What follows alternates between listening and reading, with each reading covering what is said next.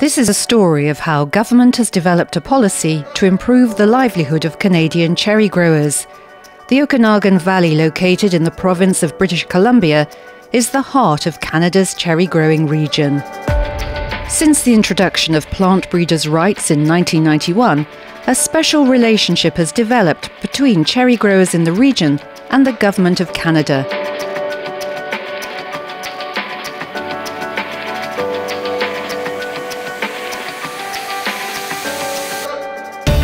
In the early 1990s, the British Columbia Fruit Growers Association partnered with the federal government and created a corporation to commercialise new cherry varieties developed from the region's public breeding programme.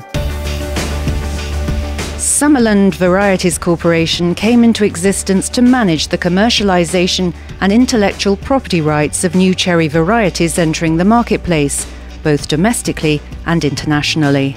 The Summerland breeding program, it's very important because to make money in this business, you have to sell a premium cherry, and it has to be big, firm, juicy, and sweet.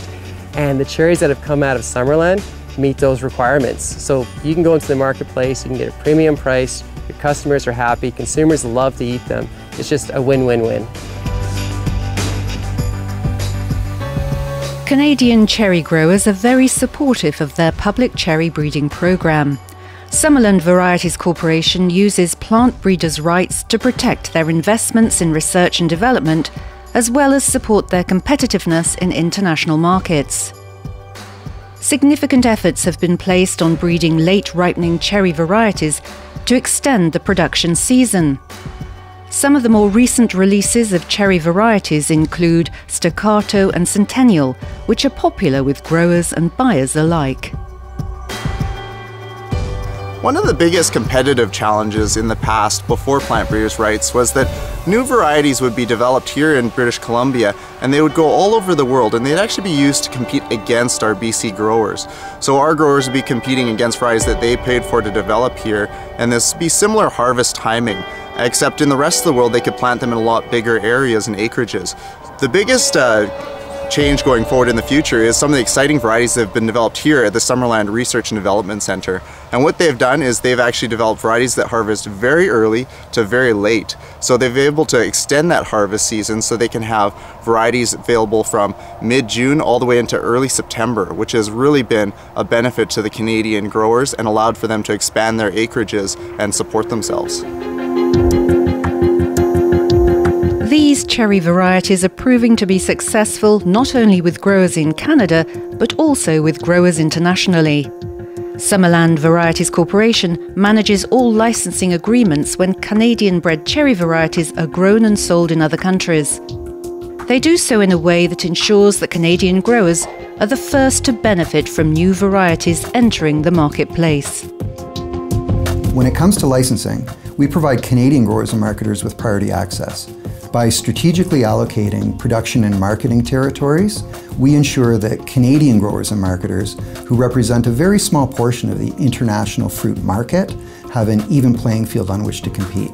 We would not be able to do this without plant breeders' rights. The new cherry varieties released into the marketplace are being bred by the Canadian Government's Summerland Research and Development Centre. In fact, 80% of the sweet cherry varieties grown worldwide can trace their lineage back to this breeding station.